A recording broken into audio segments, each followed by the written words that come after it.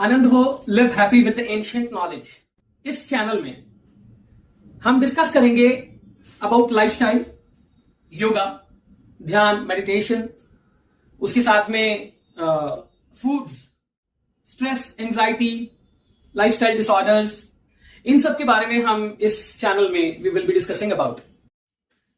इसमें हम आयुर्वेदा को भी इन्वॉल्व करेंगे। लाइफस्टाइल, योगा, मेडिटेशन और हीलिंग के बारे में भी थोड़ी हम इस चैनल में बात करेंगे। तो हमारे जीवन में सवितर देवता किस प्रकार से प्रभावशाली हैं, यह हमें जानना होगा। और सावित्री के साथ इनका संबंध क्या है, और वो सावित्री शब्द जो है और सवितर जो है देवता हैं, हमारे अंदर किस प्रकार से उद्भाव होता है उनका, यह हमें समझने वाली बात है। पठन तो सभी कर लेते हैं, कोई भी सूक्त है, कोई भी स्तोत्र है, कुछ भी है, पठन तो सभी कर लेते हैं, परंतु क्या हम उसे समझ पाते हैं? क्या हम उसे जान पाते हैं? क्या हम उसके रियलिटी को समझ पाते हैं? उसके पीछे का जो मैसेज है वो जान पाते हैं? यह समझना सबसे ज्यादा जरूरी है। अब हम बात करते हैं कि हमारे अंदर उद्भाव कैसे होता है सवितर और सावित्री का। वो प्रथम किरण जो लाल सूरज की अर्थ तक पहुंचती है वो सावित्री है, और सवितर जो उत्पन्न करते हैं, गति देते हैं, उसके साथ में प्रेरणा देते हैं। अब प्रेरणा का अर्थ क्या है और गति देने का अर्थ क्या है? अब उसके साथ में आपके अंदर जो है वो उत्पन्न करने का अर्थ क्या है, यह जानने वाली बात है कि सवितर आपके अंदर उत्पन्न कैसे होते हैं और सवितर का क्या संबंध है आपसे। अब जब सूरज सुबह उगता है, आप रात से सो के उठते हैं, जब सुबह सूरज उगता है, मैं हमेशा कहता हूं जैसे ही सूर्य बाहर, यथा पिंडे तथा ब्रह्मांडे, जैसे ही आपके ब्रह्मांड में सूर्य का उद्भाव होता है वैसे ही आपके अंदर भी होता है। तब आपको भूख भी लगती है, अग्नि का प्रज्वलन होता है। अब शिव स्वरोदय कहता है देह मध्य में जो स्वर्णिम स्थान है, त्रिकोण रूपी जो स्वर्णिम स्थान है, वो क्या है? प्राण का घर। अब प्राण का उद्भाव क्या होता है? आप जब सुबह उठते हैं, अगर उठ ही ना पाए तो, अगर वो पहली किरण आप तक पहुंच ही ना पाए तो, आपके अंदर उस अग्नि का उद्भाव ही ना हो पाए तो, प्रज्वलन ही ना हो पाए तो ये सवितर देवता जो हैं, इनका संबंध सीधा आपकी प्रथम किरण से भी है जो आपके अंदर उसका उद्भाव होता है। अब इसको तीसरे पर्सपेक्टिव से देखने की बात है।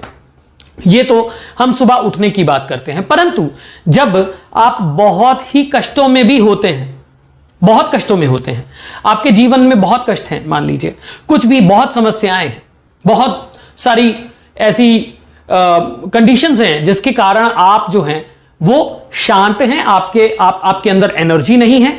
अब वो अंधेरे से निकलती हुई पहली किरण और उस पहली किरण को गति देने वाले, तुम्हारी जीवन में जो अंधेरा था उसके अंदर एक पहली किरण आई और क्या हुआ? एक उद्भाव हुआ ऊर्जा का, अग्नि का प्रज्वलन हुआ, पहली चिंगारी। वो जो पहली चिंगारी विचार की तुम्हारे अंदर आती है वो कहां से आती है, ये सोचने वाली बात है। वो पहली विचार की जो चिंगारी आती है वो सवितर है।